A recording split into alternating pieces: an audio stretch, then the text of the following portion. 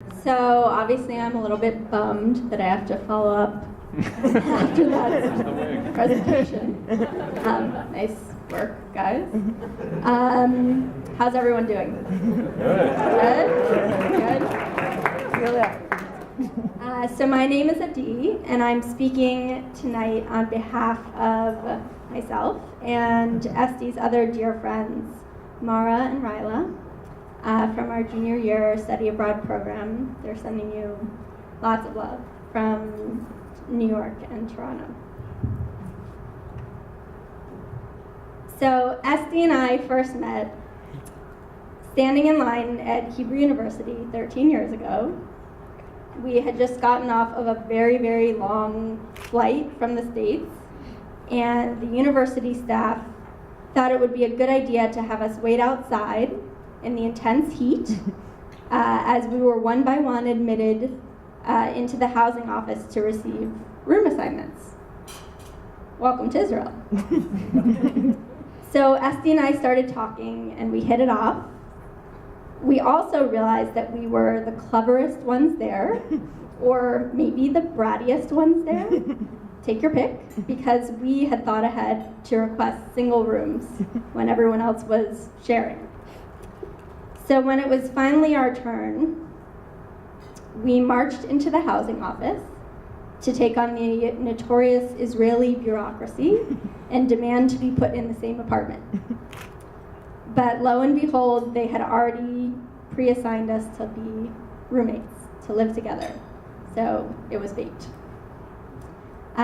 It was definitely a tough year to be living in Israel with the second intifada around us, but it made us a lot closer. Myself, Estee, Mara, and Ryla, we became like sisters that year.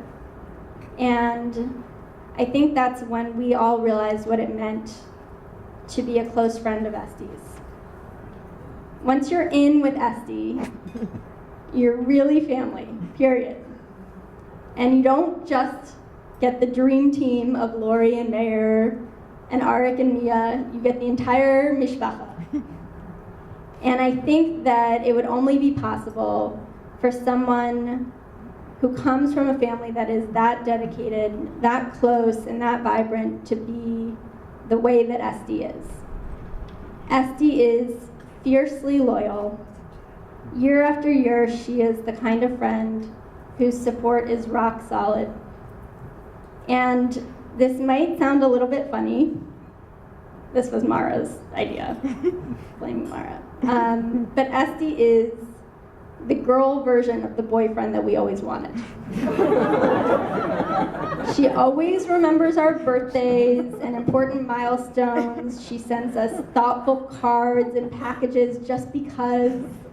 She plans the best outings. She talks us through our deepest insecurities or our roughest experiences. It's just Estee.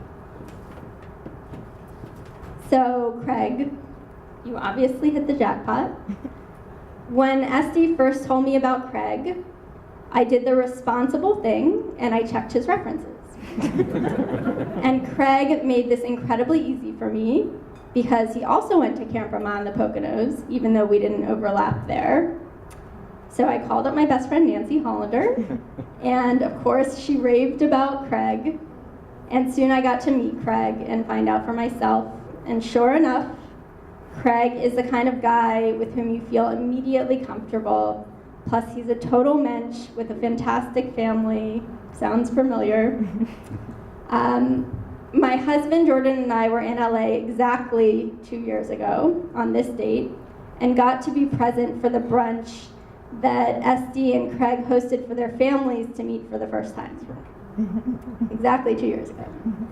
It was typical Estee style gathering. The food was overflowing and delicious and appropriately themed, and everyone was made to feel incredibly comfortable.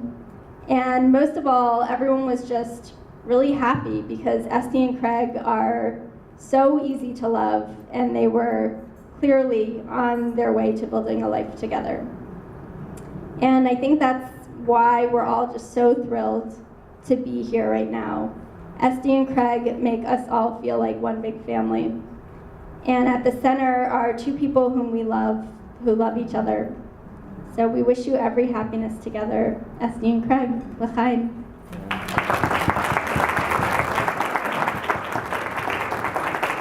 Next up, we have Brett and Zoe.